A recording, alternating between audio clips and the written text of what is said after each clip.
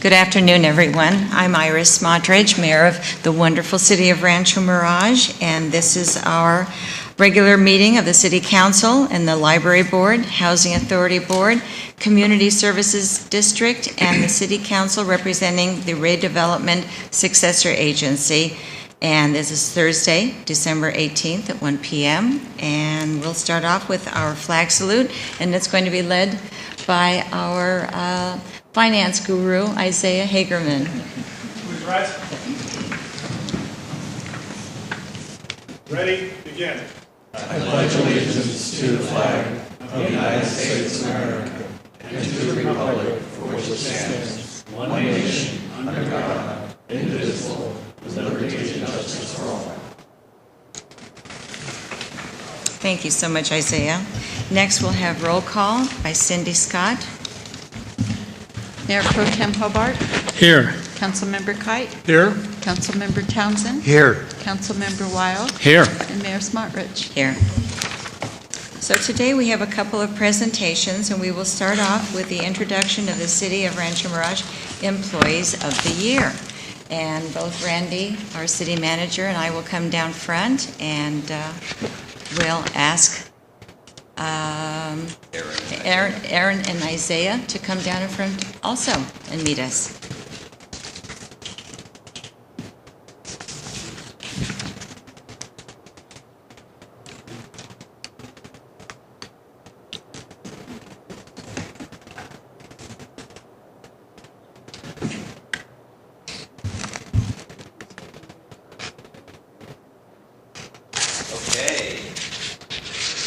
Aaron Espinoza, hang on to that, and Isaiah Hagerman, hang on to this plaque, please. Ladies and gentlemen, I'm proud to introduce to you today two terrific employees of the fine city of Rancho Mirage. Both of these gentlemen recently received Employee of the Year honors, as you can see from their handsome plaques that they're holding. The Employee of the Year are voted by our peers. It's a real honor to be recognized by fellow city staff members. Awarded employees are those that take pride in providing public service to our fine community.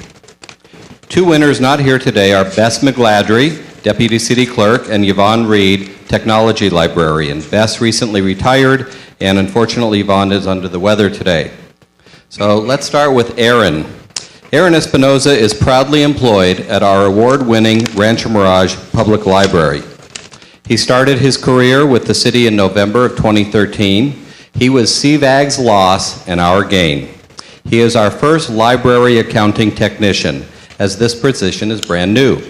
He prepares and presents financial reports for the Library Foundation, tracks the Rancho Mirage Writers Festival budget, and oversees overall financial budgets of the library. Within a few months of starting, we knew that we had a winner with Aaron. Aaron is the rare jack of all trades and the master of all. He assists with logistics for major library programs. He has a keen awareness of matters related to the library building and comfort of our patrons. Aaron is much respected by colleagues as smart, informed, as well as friendly and helpful. Let's all congratulate Aaron Espinoza as Library Employee of the Year.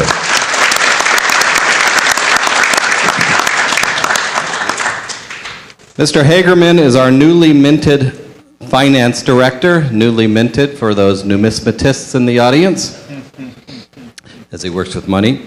He has only been with the city for 2.5 years, but in that time, Isaiah has contributed so much to the city of Rancho Mirage. Isaiah is a consensus builder and true up-and-coming leader.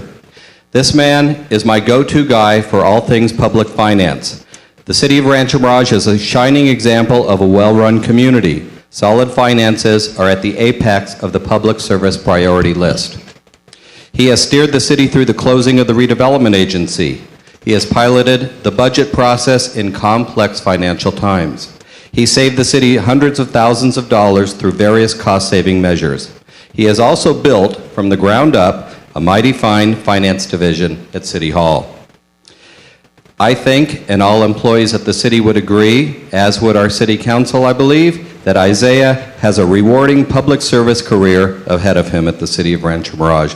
Please join me in congratulating Finance Director Isaiah W. Hagerman as 2014 City Hall Employee of the Year. So what you see before you are simply two employees that we have, a small sample of the next generation of the public and service employees at Rancho Mirage. I personally am a strong proponent of succession planning, and I believe that the City of Rancho Mirage will be in good hands for years to come. Thank you, gentlemen.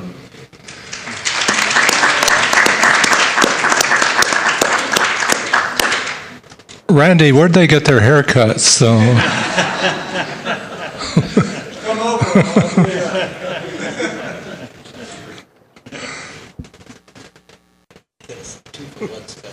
Yeah. Trick is they don't.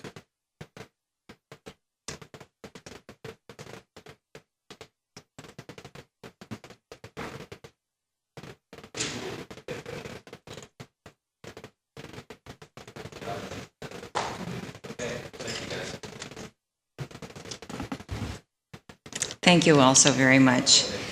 And we'll let Aaron go back to work and continue on with a little bit of a sadness that has unfortunately befallen our community. And one of our former council members has unfortunately passed away, and I think that a lot of people out there know him very well or have known of him, and I think there may be a couple of council members that would like to say a few words, so we'll start with Richard.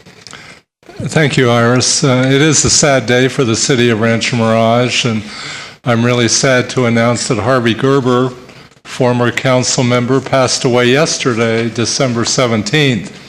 Harvey was actually elected when I was elected back in 2000, and he served on the council from 2000 to 2005, and he served as mayor in 2003 and was the 15th mayor to serve in that position.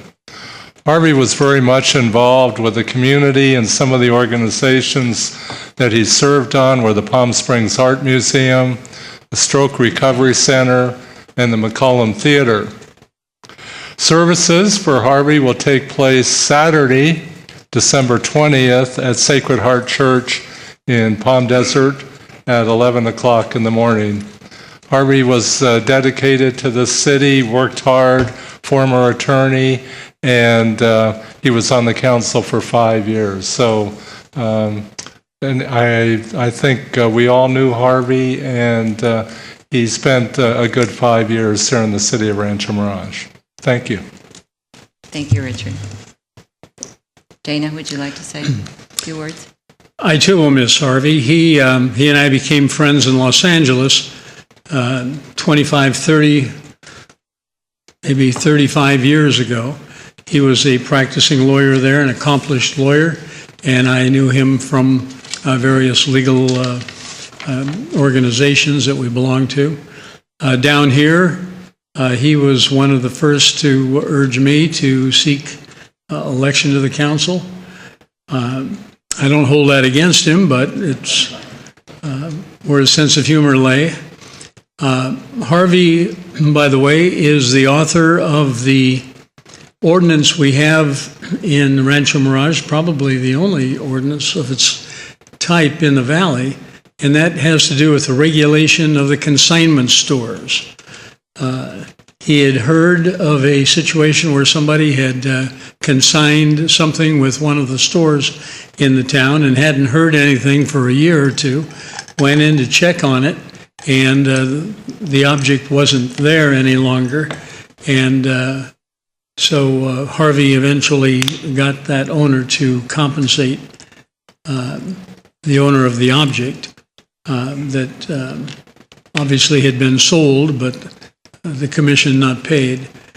Harvey was definitely a man of the people. He was a good guy, and he left here because of his business interests that kind of became all-consuming. He had pancreatic cancer. He fought it for 3 years. That tells you what a fighter Harvey was, because pancreatic cancer is a pretty fast-acting way to meet your maker. At any rate, we will miss Harvey. We send our love and best wishes to his wife, Angie, and we wish him well wherever he is. Thank you, Dana. Yes, it is a sad time for us. We can now move on to some of our other introductions and our presentations. And for this, I will call upon Sean Smith, who is our staff liaison to the Housing Commission. And he's going to come down in front and introduce some of his commissioners. And while they're coming down in front, and we can meet them in person, I just wanted to make a few comments as to what this commission does. It was formed by ordinance in 1994, and it is a commission which was created to preserve affordable housing in the city of Rancho Mirage and promote and provide low and moderate income housing for residents of the city. The Commission's primary responsibility is to advise the Housing Authority Board of Directors on housing issues. The Commission also makes recommendations on the purchase and/or disposition of real property, which is owned by the Housing Authority. Additionally, the Commission reviews and makes recommendations on the housing element and other compliance reports as necessary. So this is Sean Smith, and he is our staff liaison to this commission. Thank you, Mayor Smotrich, and good afternoon. It's my pleasure to introduce to you the Rancho Mirage Housing Commission. We have 7 total commissioners, and unfortunately 3 of them are not able to be with us today. The commission is chaired by Mr. Al Fink to my left. Mr. Fink moved to the area 20 years ago from Orange County after retiring as a transportation manager with Northrop Corporation, having been a frequent visitor to the area for many years prior to retirement. He has been very active as a member at Mission Hills Country Club, and shortly after settling in Rancho Mirage, he was appointed to the Housing Commission, and eventually elected as chairman, where he's sat ever since.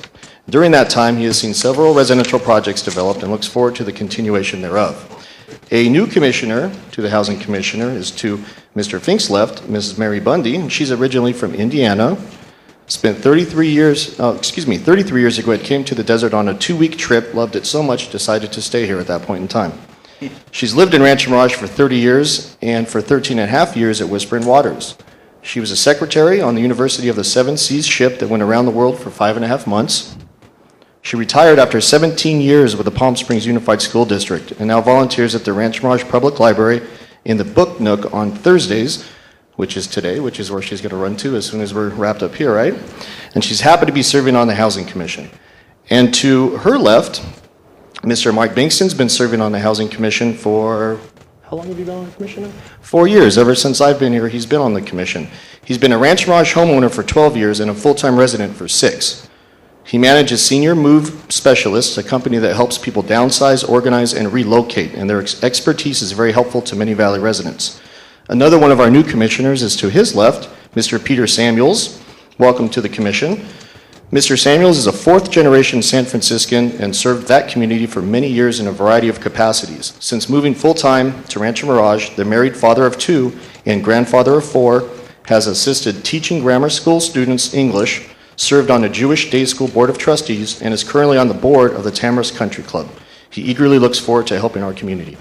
The 3 that couldn't make it today, unfortunately, Mr. Tom Wheel, Ms. Velma Coombs, and Paul Seibel.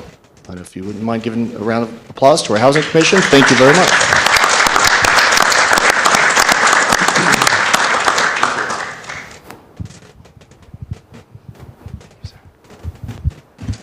Thank you all so much. Thank you, Sean. And it's always a pleasure to meet some of our commissioners who work so well with our city and serve as their own liaisons to make things work better in our city. And now it gives me great pleasure to introduce Robert Barrett. And he is our Marketing and Communications Director, and he will say a few words. Welcome.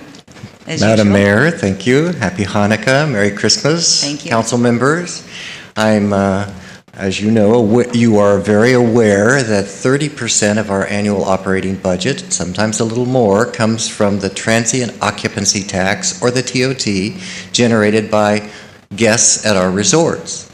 So I'm very delighted today to introduce to you and present the credentials of a brand new general manager at one of our most important resorts. Earlier this fall, Brian Hughes was appointed General Manager of the Omni Rancho Las Palmas Resort and Spa. Brian has been a member of the Omni team for the last 6 years. However, he has been a rising star in the hospitality industry for over 20 years. In 2008, he was hired by Omni to be the General Manager for the Omni San Diego Hotel. Under his leadership, the 511-room property received an associate satisfaction score of above 90% for 7 years in a row, the longest streak in the entire company, as well as the highest internal rate of promotion in the company since 2013. He's a former chair of the San Diego Tourism Authority Board of Directors and was recognized as the General Manager of the Year in San Diego by his peers in the hospitality industry. During his tenure in San Diego, his property was honored by the readers of Condé Nast Traveler as top hotel in America. Prior to joining Omni, Brian spent 6 years with Destination Hotels and Resorts, serving as general manager of the Sun River Resort in Sun River, Oregon, as well as the Argent Hotel in San Francisco. He's also spent time at the Westin St. Francis in San Francisco, the Four Seasons Hotel in Toronto, and the Four Seasons Olympic Hotel in Seattle. Brian was born and raised in Canada. He received his degree from the renowned hospitality school at Cornell University. Brian is married and has 2 children in high school. I'm delighted to introduce to you the new general manager of the Omni Rancho Las Palmas Resort and Spa, Brian Hughes.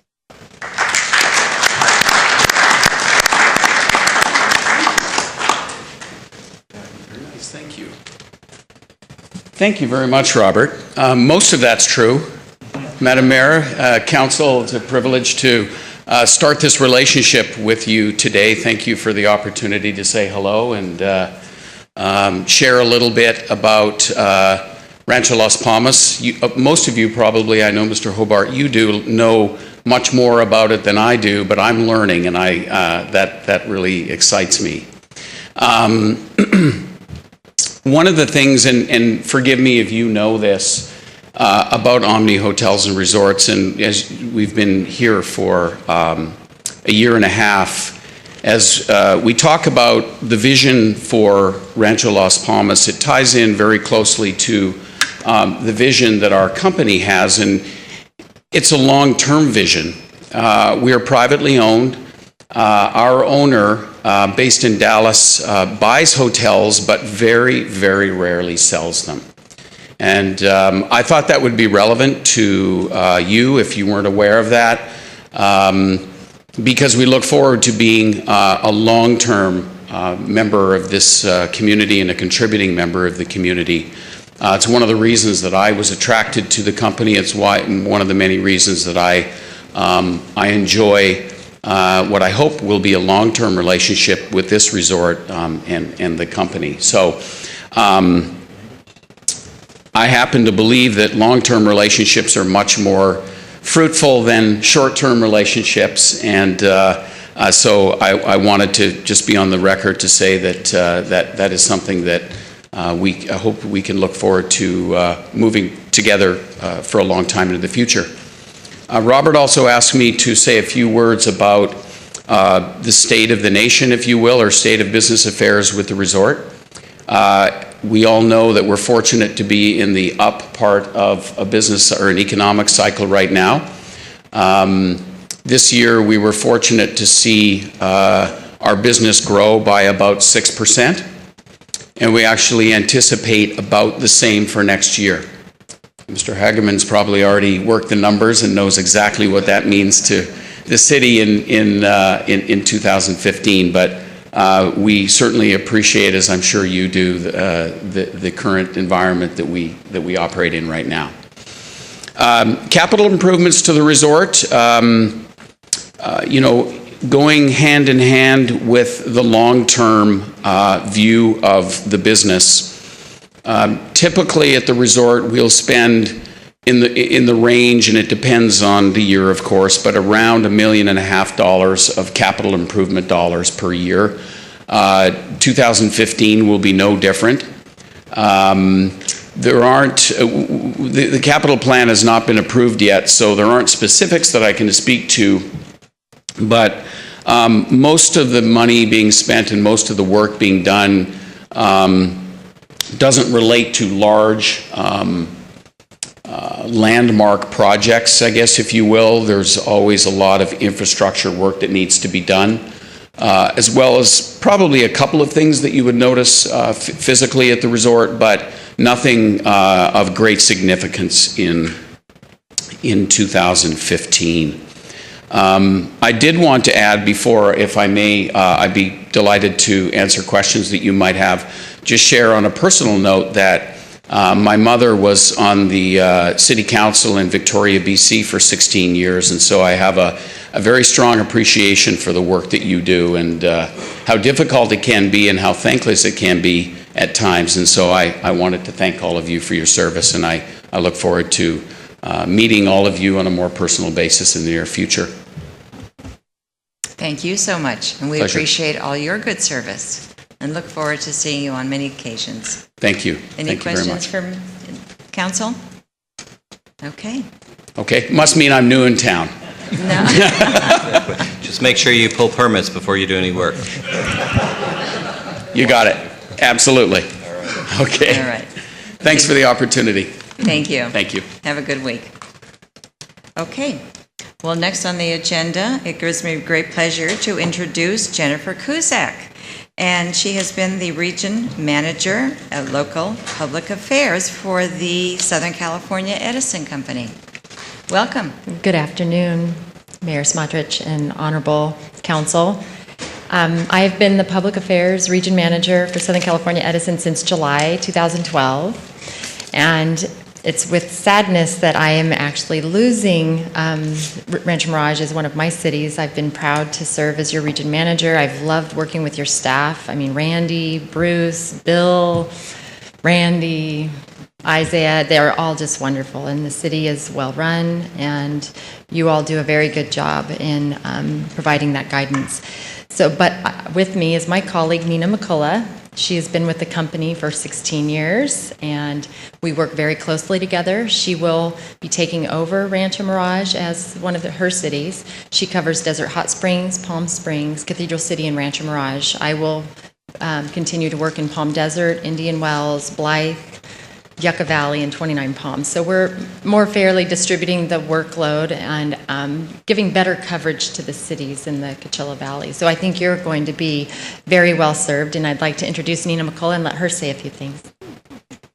Good afternoon, Mayor and Council, and thank you for this opportunity to introduce myself. Many of you I have met at previous events or organizations in CVAG, so I appreciate the opportunity of being able to represent Rancho Mirage. As Jennifer said, I've been with Edison actually 18 years and serving in local public affairs for the past 3 years. So I currently handle the cities of Cathedral City, Desert Hot Springs, and Palm Springs, and I look forward to working with everyone here and getting to know staff and meeting with you individually. So feel free to contact me if you have questions or concerns, and Randy and his staff will make sure they have my contact information.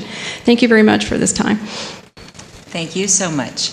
And thank you again, Jennifer, for all the work that you've always done.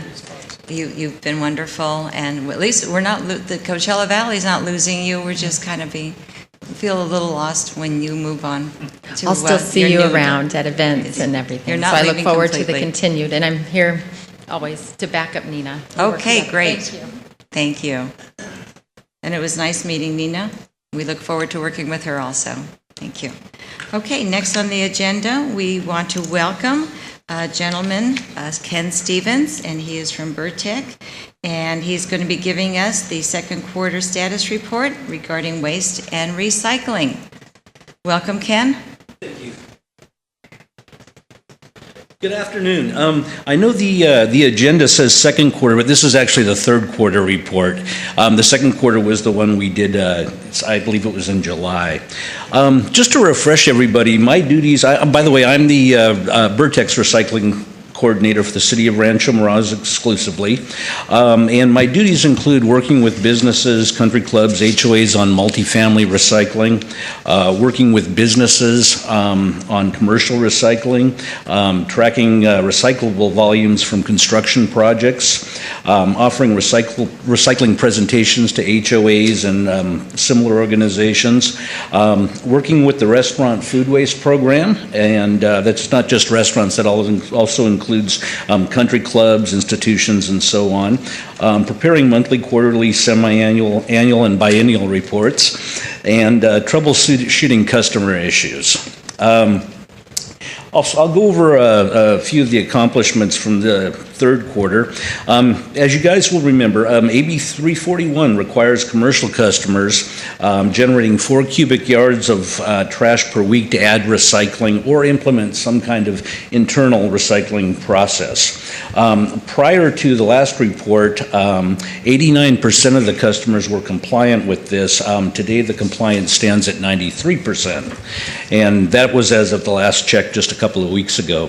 Multifamily recycling, if a complex has 5 or more units, they're required to have recycling in place. Compliance prior to last quarter was 85%, and it now stands at 87%. The only thing that really holds us up with some of the apartment complexes is either lack of space for a recycling bin, or situations where they may have a residential type can, but they have nowhere to set them out. So there are some unusual situations that kind of hold us back from doing a little better on that end. Trojan Plaza, a commercial development, had some confusion as to what goes into the recycling containers and what doesn't. So I met with all of the tenants there and kind of clarified what could go in the container. And we happened to have some old bins out there that said cardboard only, and when it was really for mixed recycling. So we relabeled those and got everybody educated. I worked with the golf courses on their overseeding process to ensure that as much material as possible was being diverted from the landfill, either through composting or through some other kind of internal program. Set up new food waste accounts at Johnny Rockets, the Hilton Garden Inn, and reinstituted it at the Palms Cafe. I worked with the food waste customers in an effort to ensure that as much is getting diverted as possible. So far, year to date, Rancho Mirage has recycled more than 2.1 million pounds of food waste, or about 1,000 tons. I worked with property managers to curtail overflow problems at the Pavilion Shopping Center, and this wasn't really due to a problem with the tenants. This was probably illegal dumping based on the type of material we saw in the containers. But I worked with them, kind of reset their containers, figured out how to keep one area in particular locked that we had trouble with. I added a recycle bin at Horizon Property Management, which is a commercial building on Highway 111, and visited all the tenants and gave them information on the do's and don'ts of recycling. Agua Caliente called me back in July. We wound up auditing their compactor at their request, their trash compactor, because they suspected that a lot of recyclable material was going in there that could otherwise be diverted. So we took a look at it, and they were absolutely right. We had a lot of bottles and cans and paper and things in there that could be diverted.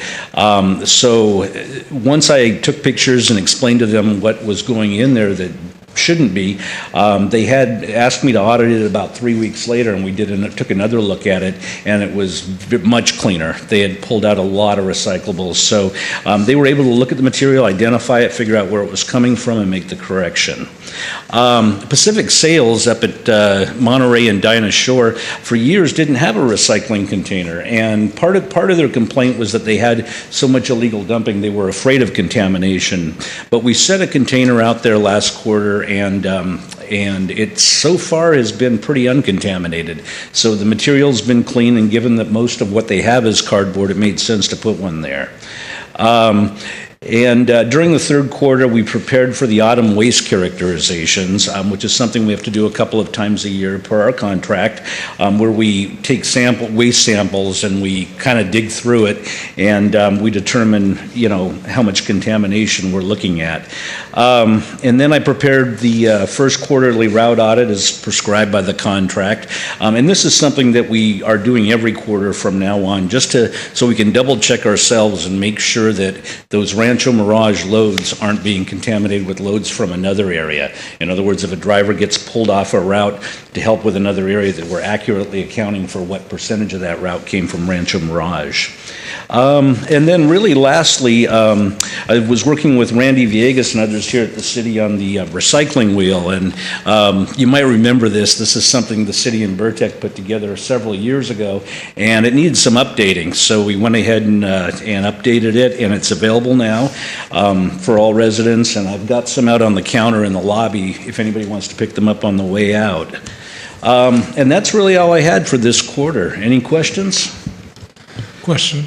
Yeah. Are we on the way to meeting the state's mandate as far as recycling, or how do we stand on that? Oh, you're already there as it stands right now, because at this point we should be at around 60%. And as I mentioned, with the residential and the commercial, 1 year at 93%, the other year at 87%.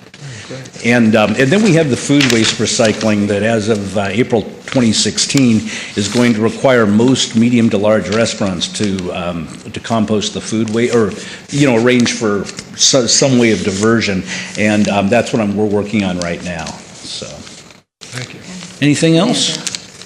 And from what I understand, our city is one of the best in the state. Yes. Yep. We're certainly proud of that. Yeah. I know we're all working hard every day to make it even better. And you mentioned composting. Do you find that many people are trying to get into the composting of goods? Not so much residents. We see it a little more with the restaurants. In fact, I was talking to William O'Toole, who's the city's consultant, and he was mentioning to me the Cheesecake Factory is going real big on the food waste end, so I'll be working with them very soon to get them on the program. But in general, I don't find that the commercial entities are aggressively coming to me about it. It's more me going to them and explaining why we need to do it. Okay. So now we know that if they're interested, that all they have to do is give you a call, give Vertec a call, and you'll be at their door. Absolutely. All right. Thank you so much, and thank you for your report. All right. Thank you. Okay. Well, as most of us know, the city of Rancho Mirage contracts with the Riverside County Sheriff's Department for public safety in Rancho Mirage. And today we're going to be having a special appearance by a very special lady, and we'd like to invite our new captain, Susan Trevino, up to discuss law, enforcement, and activities in the city of Rancho Mirage. Thank you. Good afternoon, Honorable Mayor, members of council.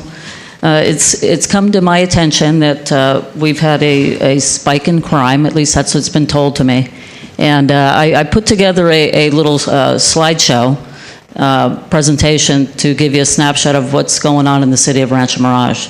So up here above is, we've had a few things go on up in the Cove, and I'll go through that and explain what's going on in the city. The first slide that you're looking at is the percentages of the Cove in comparison to the entire city of Rancho Mirage. So as you can see, there's been an increase over the last couple of years with crime, and I'll talk about that a little bit.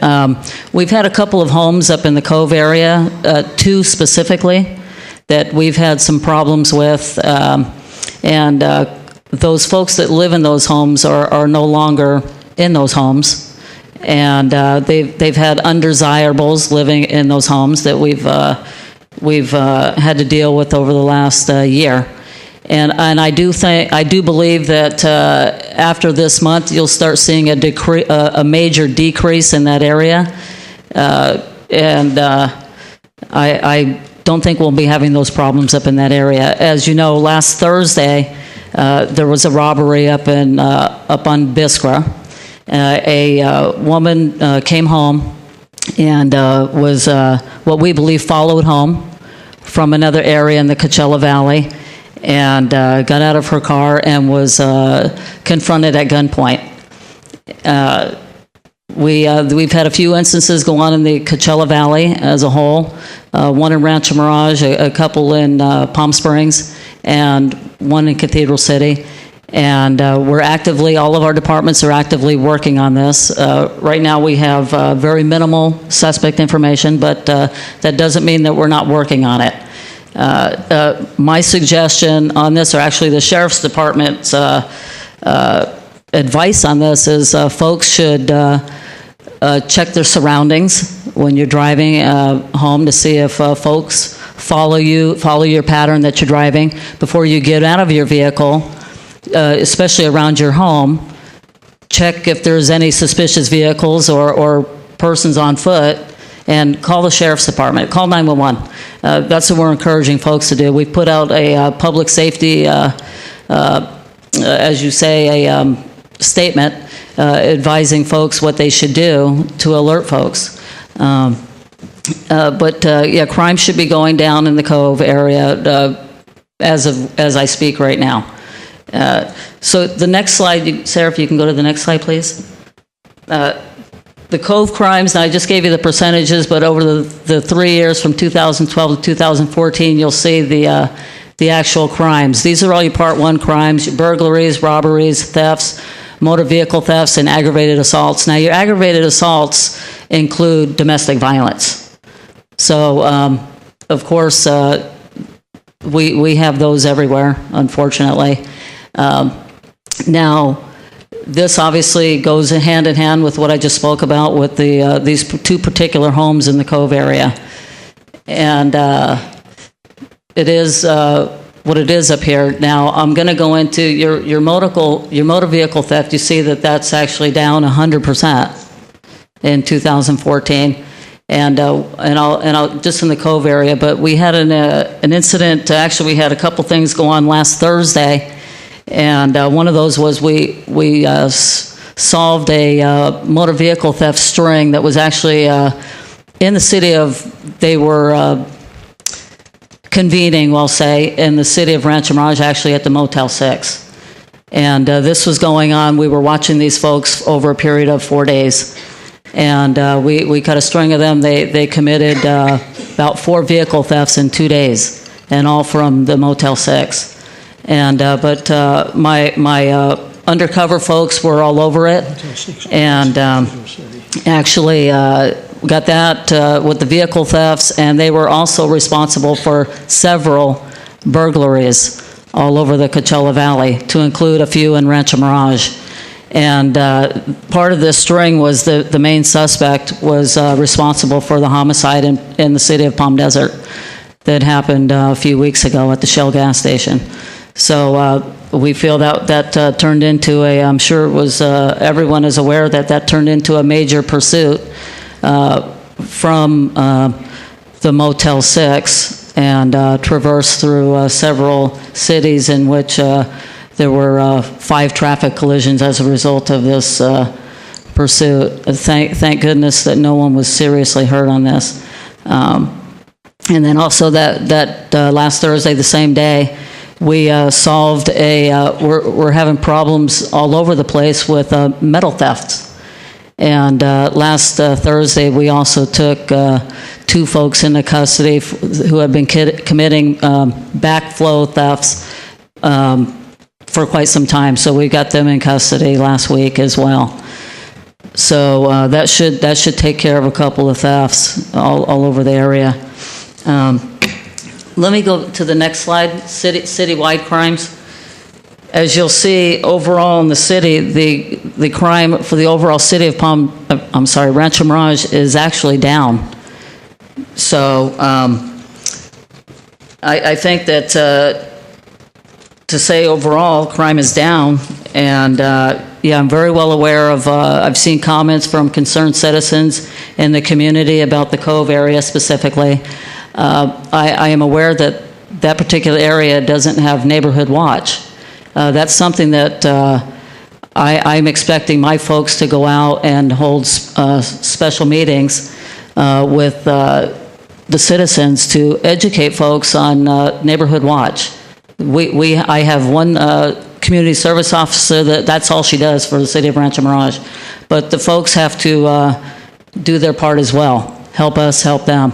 I have a complement of minimum of 8 staff members, deputies, undercover folks, community service officers, sergeants, burglary suppression unit folks that are in the city at all times. And if I can have more if needed, depending on the incident. So I am proud to say that we're out there solving crime. Unfortunately, we haven't solved the one with the gal with the robbery last week, but I'm optimistic. And but overall, crime is actually down in the city. And the most specific ones is the vehicle thefts and things like that. We just took a major ring into custody last Thursday, so I think that that's going to play a big part in the crime. So, any questions? Any questions from council? No. Any questions from our audience? Okay. Thank you so much, Captain Trevino. I think you're bringing a lot to our attention in regard to just mainly being aware. And I know that John Benoit, our supervisor, put out a notice saying that just look around at what's going on around you when you're walking your dog, whatever it happens to be. And if you see anything suspicious, don't hesitate to call 911. And we all need to look out for each other and ourselves. And for all those that are unaware, we are going to be having in February and then again in April a 2-hour seminar. We already had one a few weeks ago, and that is being put on by our Emergency Preparedness Commission. And it's addressing all these subjects and crime prevention, becoming more aware. Is being put on by our Sheriff's Department, the Red Cross, and we're also addressing how to take care of your pets during these emergencies. So as a plug for our Emergency Preparedness Commission, please be aware that we're going to be having these seminars, and just look on the website and we'll put out e-blasts about them, and everyone is invited in the entire Coachella Valley. So we thank you so much, and it's always good to hear that things are getting better and you're on the lookout, and all these crimes are solvable with all your help. So yeah, we're optimistic too. Yes, and I can't emphasize enough that it's important for folks to contact law enforcement, 911, and I for one want to know if things aren't going right, because I'm big on communication, and we're a team. And everyone needs to work together because it's very important. So don't get out of your car unless you've checked your surroundings, and go to a safe place and call 911. You know, the police department's right around the corner here, practically. But otherwise, I want to, on behalf of the Sheriff's Department, pass on condolences for Councilmember Gerber. Thank you. So, and thank you. We'll pass it on to his family. Thank you. Thank you so much. Madam Mayor? Yes. In regard to the discussion about the crime level up in the Cove area, we've been meeting with the members of the board of the Magnesia Falls homeowners group, along with the sheriffs, and on January 14th, there will be a town hall meeting up in the Cove area. We'll have the sheriffs participating in that. We'll have our code enforcement people there.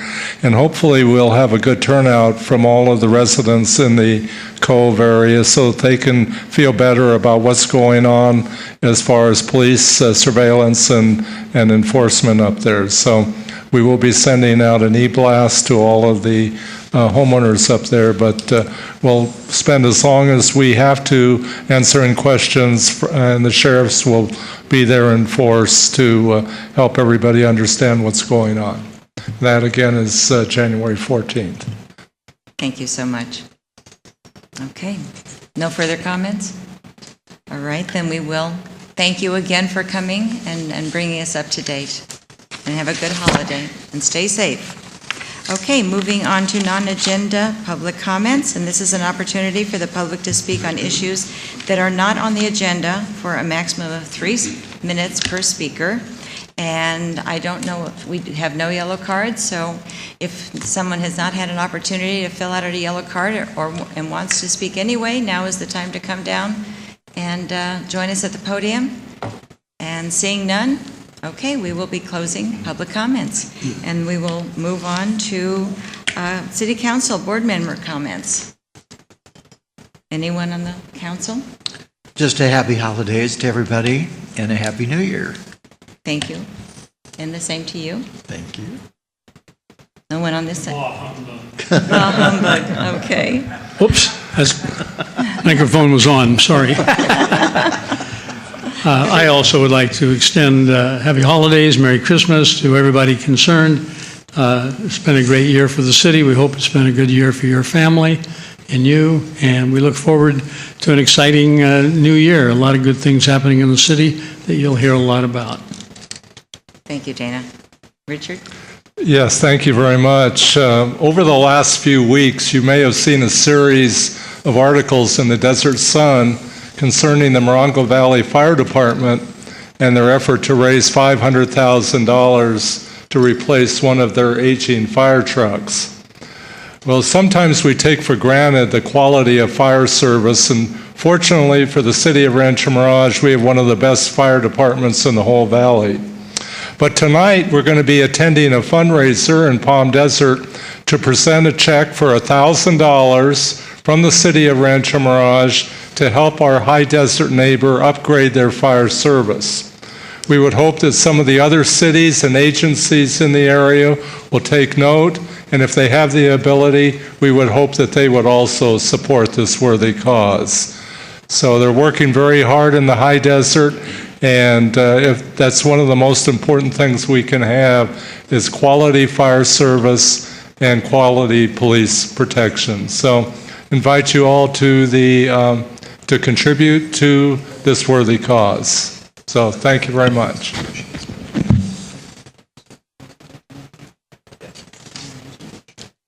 Okay. Thank you so much, Richard. Okay, no further comments? Oh, yes, I'll say, make a couple of comments. I also want to wish all of our residents a healthy and happy New Year's. This is the last meeting that we will have before the new year, and we all have an awful lot to be thankful for. I want to thank all of the troops that are protecting our country, that allow us to enjoy this wonderful way of life, the sacrifices that are being made. The year has been extremely exciting and successful. The city remains financially very, very strong. We have so far the increase in building permits significantly over the past year, which shows, of course, the fact that the economy is recovering nicely. We had the opening of the Ritz Hotel, which was extremely exciting, 7 years in the making.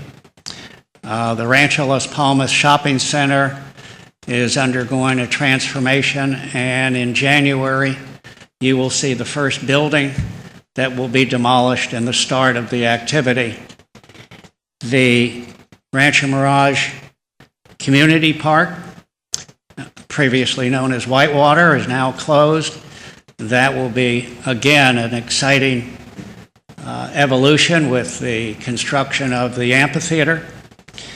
The speaker series is about to start with a very exciting group of speakers, and the Cultural Commission has done a wonderful job with the presentation of the Marilyn Monroe and the most recent symphony concert.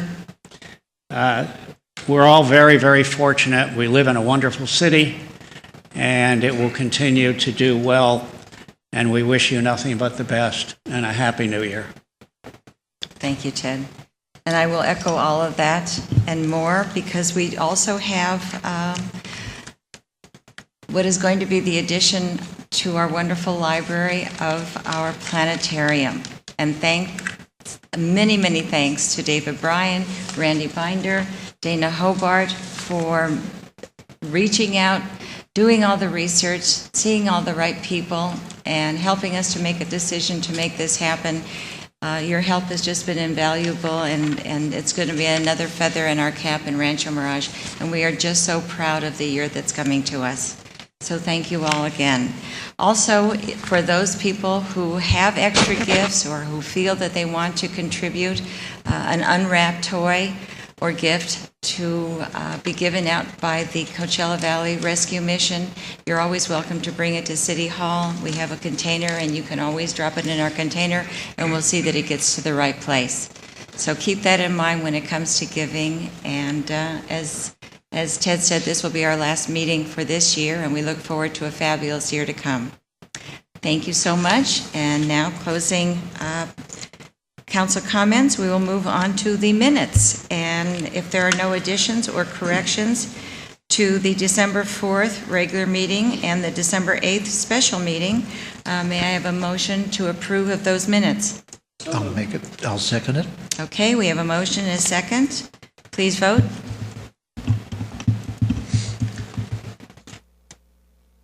Okay, motion carries 5-0. Thank you. And now we will move on to our consent calendar, and that is going to be handled by Randy, our wonderful city manager. And if there are no members of the public or city council that wish to pull an item, Randy will continue with going through the consent calendar. Okay. Okay, thank you, Madam Mayor, members of the City Council. It's a fairly short consent calendar today. The first one is to waive full reading of all ordinances that are introduced on the consent calendar. Item number 2 on consent is second reading of the Section 30 specific plan amendment. The council will remember at your last meeting, I believe, that John Gamblin received approval of an 82-lot subdivision on 34 acres, and this is a specific plan amendment that accommodates that as second reading. Item number 3 on your consent calendar is a notice of acceptance for cabinetry and flooring replacement at Parkview Villas, which is one of the affordable housing projects that the city owns. This is 16 units are being remodeled at a cost of about $14,000 per unit. We've completed about 8 units so far, and the next phase will be 17 more units. And Sean Smith, our housing manager, will be making a presentation in the near future to the City Council on all of the improvements that are going on at Parkview Villas for our senior affordable project. Total project cost on that is $226,000. Item number 4 on your consent calendar is a notice of acceptance for the Median Island Landscape Rehabilitation Project on both Bob Hope Drive and Frank Sinatra Drive. These are city projects 12-276 and 12-278. The Bob Hope project is 1 mile long in the Median Island Rehab from Country Club to Frank Sinatra, and the Frank Sinatra improvements are also 1 mile from Morningside Drive to Bob Hope Drive. We have removed all of the old water-intensive shrubs and high-maintenance Washingtonia robusta palms and replaced them with drought-tolerant shrubs and the Washingtonia foliifera palms. We've also added new drip irrigation, taken out all the bubblers, and installed new LED lighting system, uplighting for the beautiful accent lighting you see at night as you drive through the city. Also new cobblestones, boulders, and decomposed granite. The contractor on that project was Earth Sculptures Incorporated. That project totaled $897,000 and was funded through the successor agency bond proceeds. Item number 5 on your calendar is withdrawn. This had been a request at the Mission Hills Golf Resort for a special fireworks display on January 21st, but the program decided not to do outdoor fireworks, so this would be withdrawn from your consent calendar.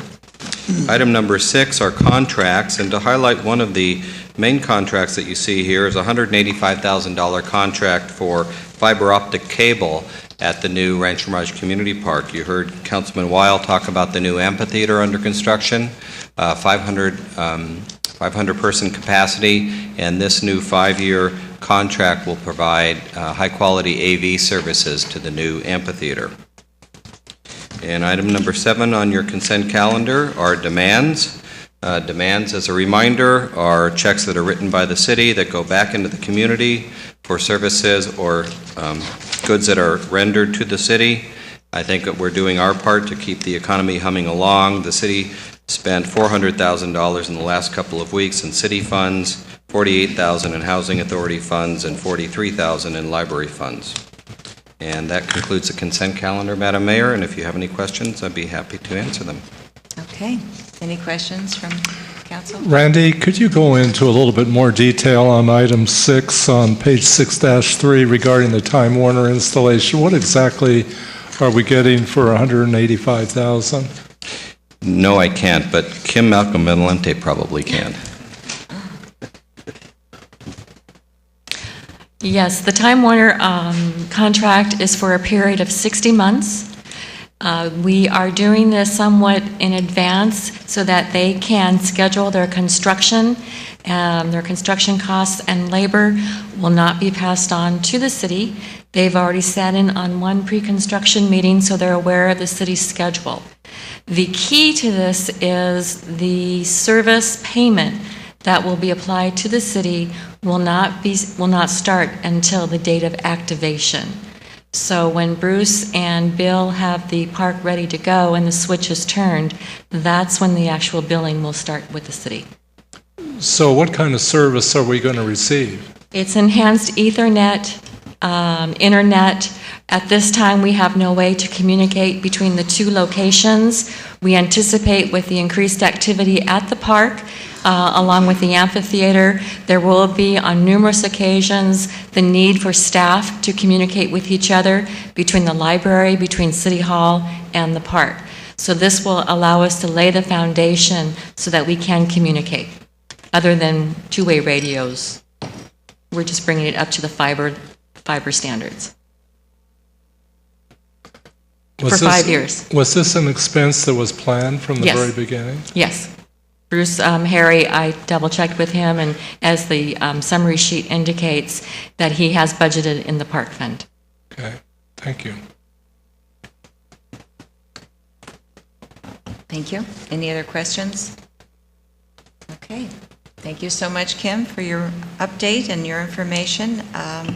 It just shows us that, and everyone, that not only do we provide the best, but we're doing the most state-of-the-art equipment that is possible out there, and we try to get the best cost possible. So, finished with all that, can we have a motion to approve the consent calendar? I so motion. Okay, we have a motion and a second. Please vote.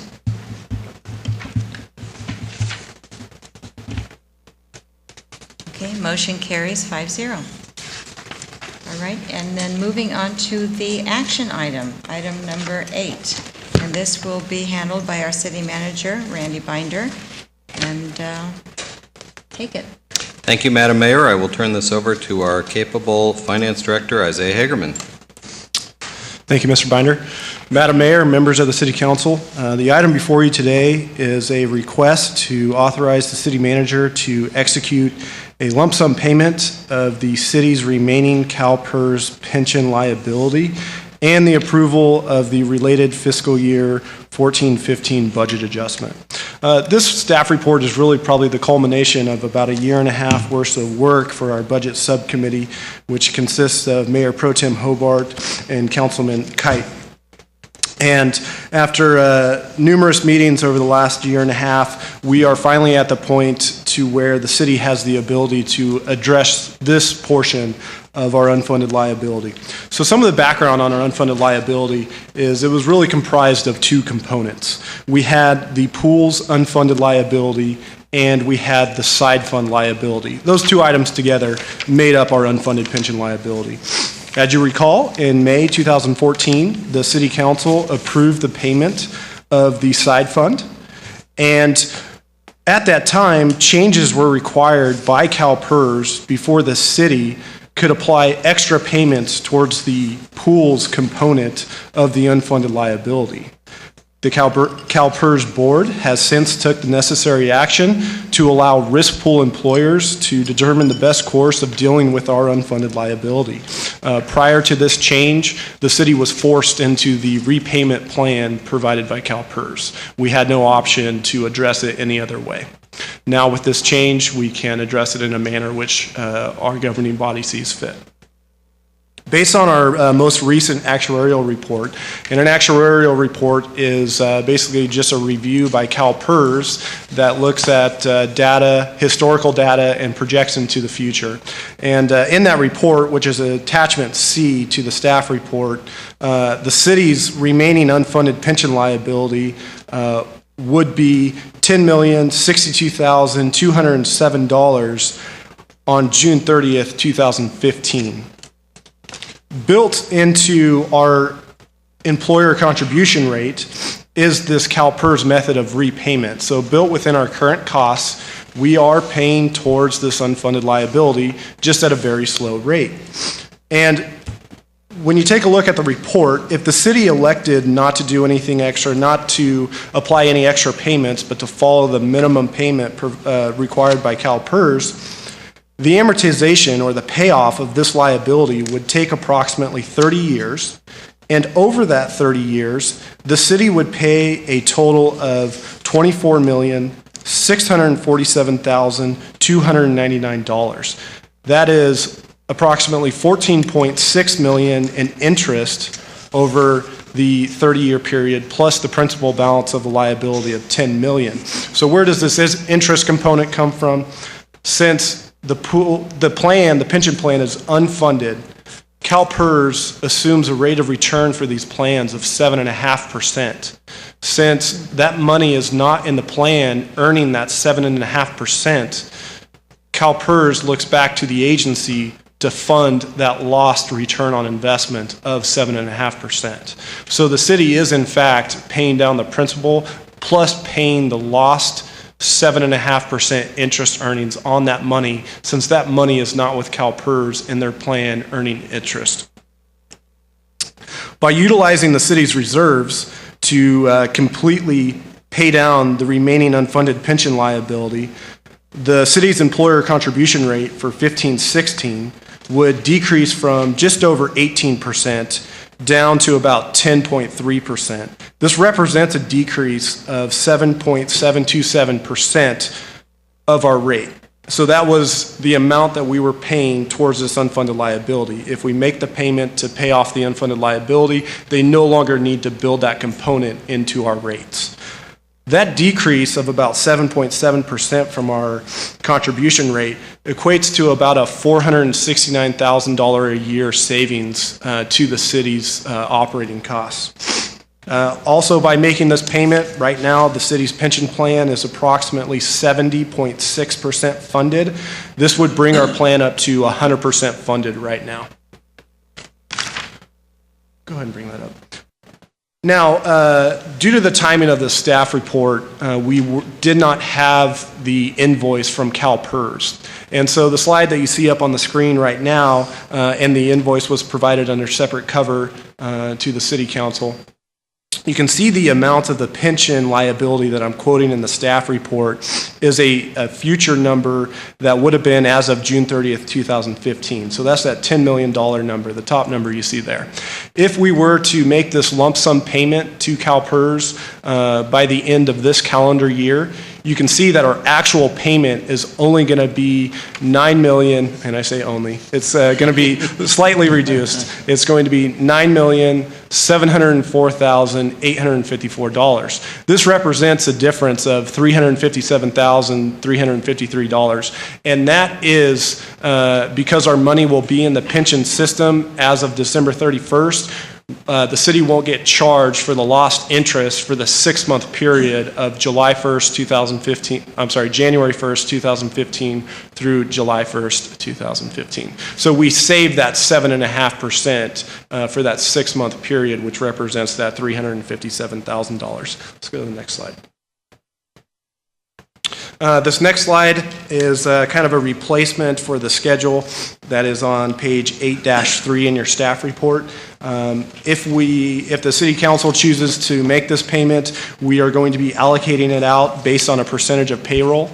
So this is just internal funding of this payment, and you can see the updated numbers here provided in the slide of where we would potentially fund this payment from.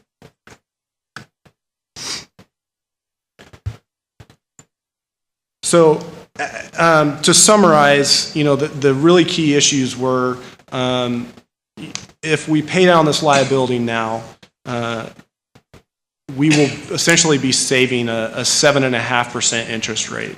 When the budget subcommittee looked at the factors of our city, they felt that we had the means to be able to do this, and the financial benefit was there to be able to do it. Right now, our investment portfolio is earning about 1.15%, yet we're paying 7.5% on this obligation.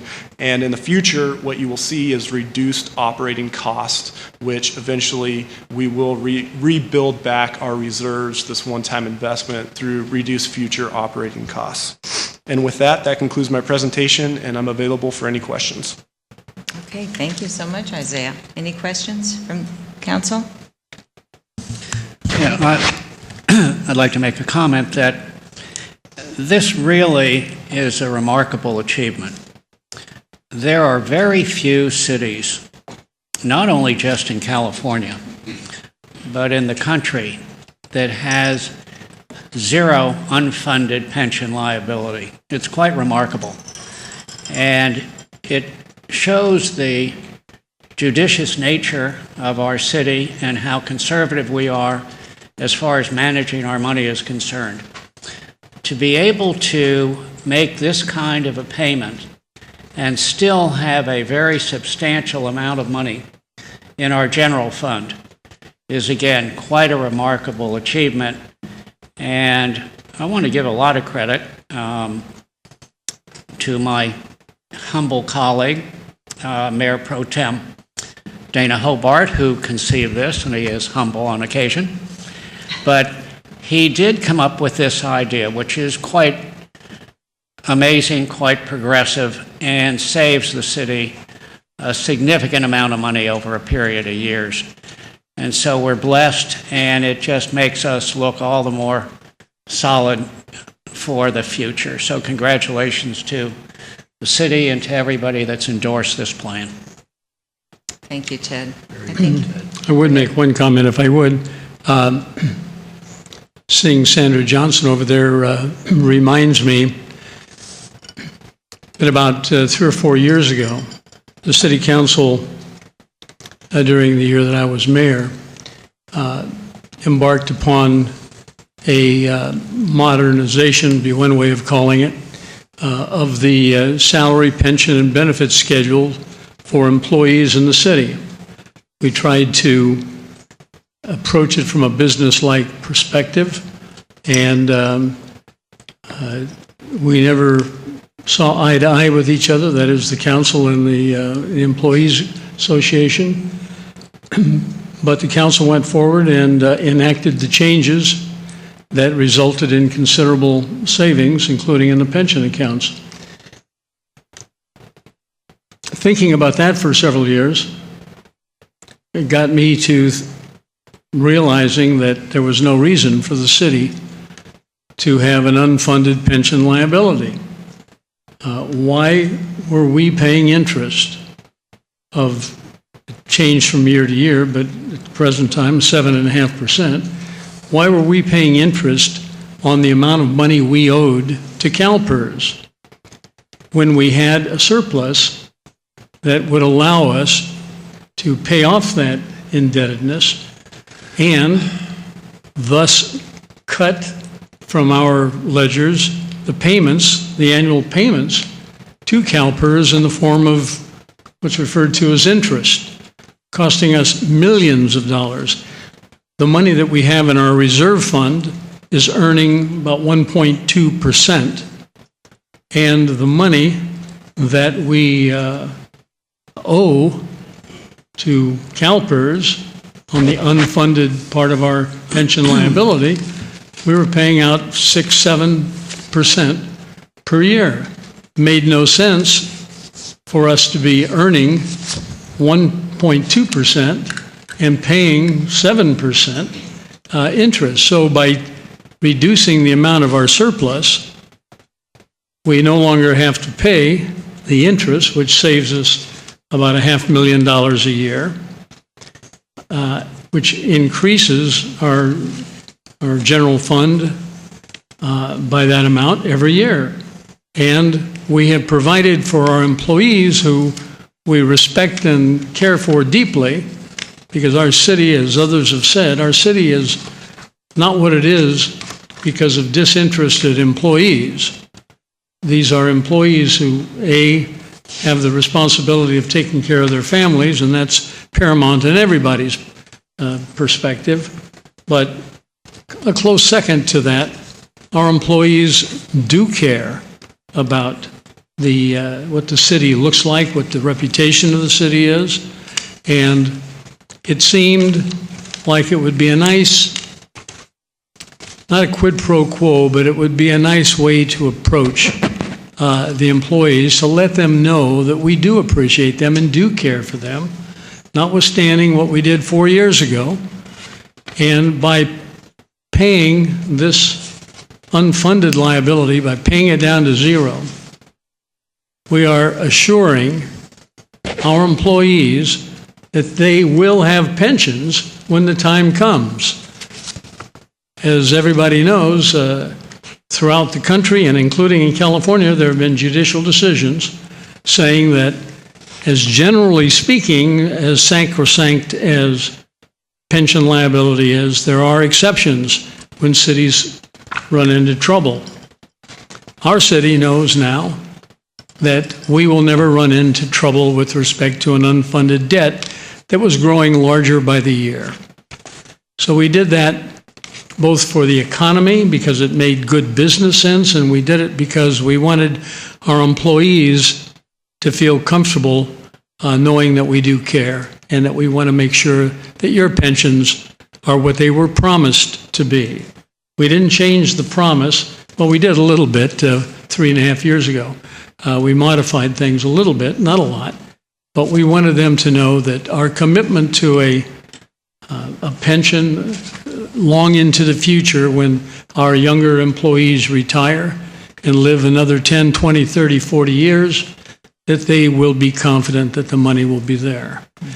And I'm deeply appreciative for what Isaiah did. He made me understand in detail the issue, made me realize that this was the right track. He took hold of it, made a lot of inroads with CalPERS. CalPERS, if you can imagine, the situation was this. If we owe CalPERS $14 million, CalPERS treats it as though they had loaned us $14 million and charged us 7.5% per annum interest. They didn't loan it to us. It's our debt. We owe it to them, but it's treated by them as a debt on which we paid interest. And it was not the easiest thing to get CalPERS to accept, to modify. They had to modify their rules, and Isaiah played a large role in getting the CalPERS people to change the rules to allow us to pay off our debt. If you can believe it, we did not have that generalized authority. If you owe money to a bank, you can come in and say, here's the money I owe you. I don't want the next 20 years of payments. Here's the cash. Couldn't do that with CalPERS. And Isaiah presented the case that it would be eminently unfair. I hope that he and I talked about this. I don't know if he told him this, but I had made the point that this is something I thought we would win in court. If they gave you trouble, we'll talk further about other approaches to it. But apparently CalPERS saw the light, and we are where we are. And it is pretty appealing feeling to know that we are one of the very, very few cities in America, much less California, who no longer will have an unfunded liability in their pension accounts. That's pretty unique, and it should give our residents a solid feeling that the conservative economic management of this city has covered as many bases as we can possibly think of, and will continue to do so in the future. Thank you so much, Dana, for those comments. We obviously applaud both you and Isaiah for all the work you have been doing and all the ideas you have come up with through the years to make our city better and more financially sound. I think that it's good for our citizens to know what's really going on behind the scenes, that we don't just show up to these meetings and take things lightly. We take them very seriously. And for all these people that are so gifted in their fields and so knowledgeable and so professional, these are all the things that make Rancho Mirage what it is and the city that we're all so proud of. And the lifestyle that we've come to enjoy and everyone wants to emulate. So I thank you again so much.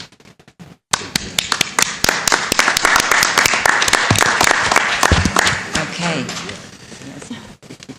Okay, well, I think I think that with that, we will have a motion. And first, if there are any members of the audience that would like to make a comment or come up and ask questions, now would be the time. Okay, seeing none, we'll close public comments, and I will ask for a motion. Madam Mayor, I think it's only appropriate that Dana make the motion on this particular item. Thank you. I would move that the City Council authorize the city manager to execute the payment of the city's remaining CalPERS pension liability and approval of the related fiscal year 2014-2015 budget adjustment. I'll second that. Okay, we have a motion and a second. Please vote. And motion carries 5-0. And again, congratulations to you all. Okay, I think that kind of sums up our day's activities and agenda. So I'll give it to Steve Quintanilla, and he will tell us about our closed session. Thank you, Madam Mayor. City Council and Housing Authority Board will now recess into closed session pursuant to Government Code Section 54956.9 regarding the pending case known as Veronica Juarez versus the City of Rancho Mirage. Thank you so much. So our next meeting will be January 15th, 2015. We wish you all the very best for a wonderful continued holiday season and a healthy and happy and fun year to come. This meeting is now adjourned.